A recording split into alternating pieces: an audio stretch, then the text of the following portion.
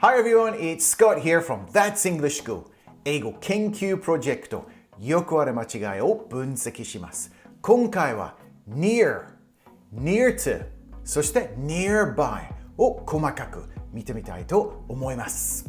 パッと見たらあれそんなに違うのかなと思っていませんか？実は文法的なルールがあります。あとは微妙なニュアンスの違いもありますので、これをマスターするとさらに上達できちゃいますよね。少しずつでもこういうちょっとした工夫を取り入れて英語がどんどん楽しくなります。今から英語モードに入りますので、ぜひ最後まで楽しく見てくださいね。So we're going to look at the problem today with 4 logical steps, looking at the problem, the reason, the solution, and finish off with some example sentences. Okay, so without further ado, let's move on to our first point. First, let's look at the problem. It's nearby my house.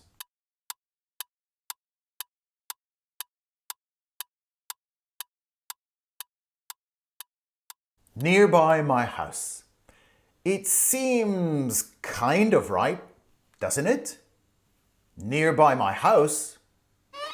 But it's grammatically incorrect, and you should never be using nearby like this.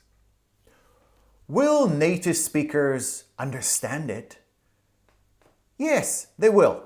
Completely and utterly. Absolutely. 100%. They'll know what you're trying to say. But that's not good enough, is it? You should aim higher than that. Okay, I admit it.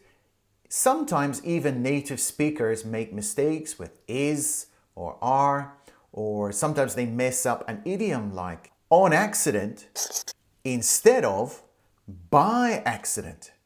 Yeah, it's kind of a common mistake. It happens, I get it. But in my opinion, hardly anyone makes mistakes with near and nearby. That's just the way the cookie crumbles. Waste not, want not. So, why can't we say nearby my house? There are some rules. But first, this. Excuse me, I'm looking for the post office. It's not far. It's at the end of the street. Oh, that's great. Is it nearby the police station? Nearby? I think you mean near, not nearby. Sorry.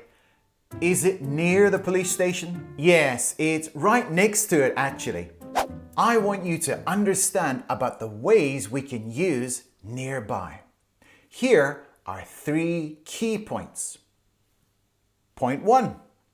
So you can use nearby before a noun as an adjective. They had a barbecue at a nearby park. We stopped off at a nearby 7-Eleven. My mother lives in a nearby town.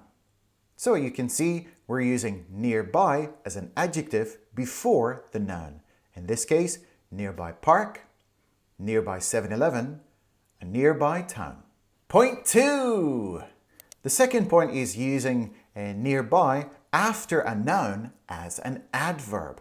The station is nearby. My friend works nearby. The man sitting nearby was asleep. So the nouns are the station is nearby, my friend works nearby, the man sitting nearby. Point 3. So in this one, never use nearby as a preposition. There is a station nearby my house. So of course, in this case, we would just use near. There is a station near my house. So nearby is never used as a preposition to show the location. Let's take a look at this sentence. Do you live near? Is this sentence correct? No. you need to include the place, the thing, or the person. Near what? So you should be saying, do you live near here?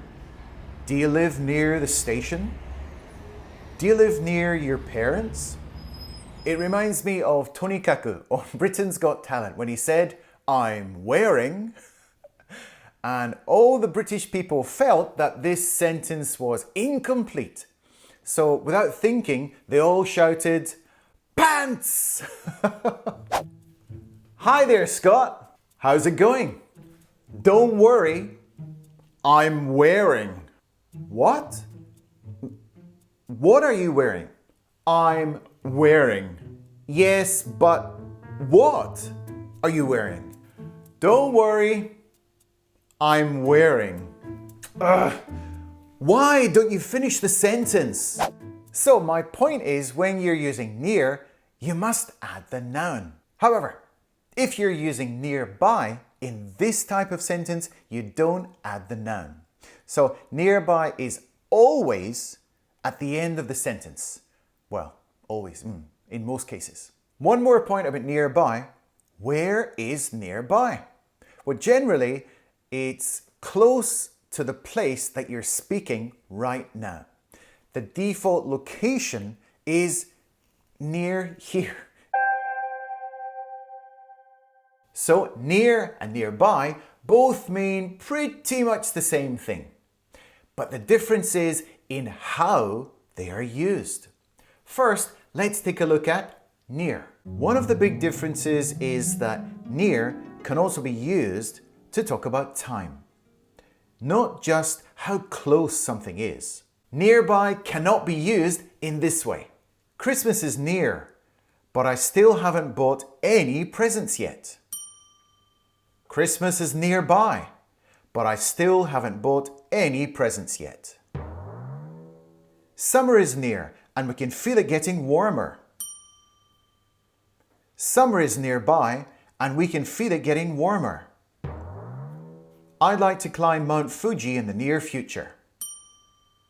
I'd like to climb Mount Fuji in the nearby future. Let's talk about flexibility. Nearby is more flexible than near. What I mean is that you can use it in different parts of the sentence. You can put nearby before or after the noun that you're describing. I had lunch at a nearby cafe. I had lunch at a cafe nearby. On the other hand, near usually goes before the noun if there's no linking verb. And that usually refers to time rather than position. Also, you can't use near as a descriptor to show that something is near, like the near person or a near restaurant. However, there is one situation where you can use it this way if you're contrasting something close with something far away. The near side of the hotel has a lot of parking, but the far side doesn't have so much. So in this case, we're contrasting the near side with the far side. It's a very clear contrast. How about near to? You might remember I mentioned it at the beginning of this video. Well, we very rarely use near to when we're talking about position. It's grammatically incorrect. How come? Because the word near is almost never paired with to. We just use near on its own. He is sitting near to the lake. No, we can't say that. He is sitting near the lake. Or he is sitting nearby. If you want to use to, then you should use close to. He is sitting close to the lake. 5 example sentences. Here's the first one. Are there any pawn shops nearby? I'm broke, so I need to pawn my camera to get some cash. Pawn shops are used by people who are having trouble with money. most people intend to buy the item back when they get enough money. This is the international symbol of the pawn shop. I used to live right near the train tracks, but the noise didn't bother me in the slightest. In the slightest is an interesting way of saying not at all. People slurping noodles doesn't annoy me in the slightest. Do you know of any saunas near here? Saunas? I'm not sure if there are any nearby. Ask Atsushi. He's the sauna aficionado around here. So, if you are an aficionado about something, it means you're very knowledgeable and you love and you know a lot about that particular thing. For instance, a jazz aficionado, a baseball aficionado, or like a literature aficionado.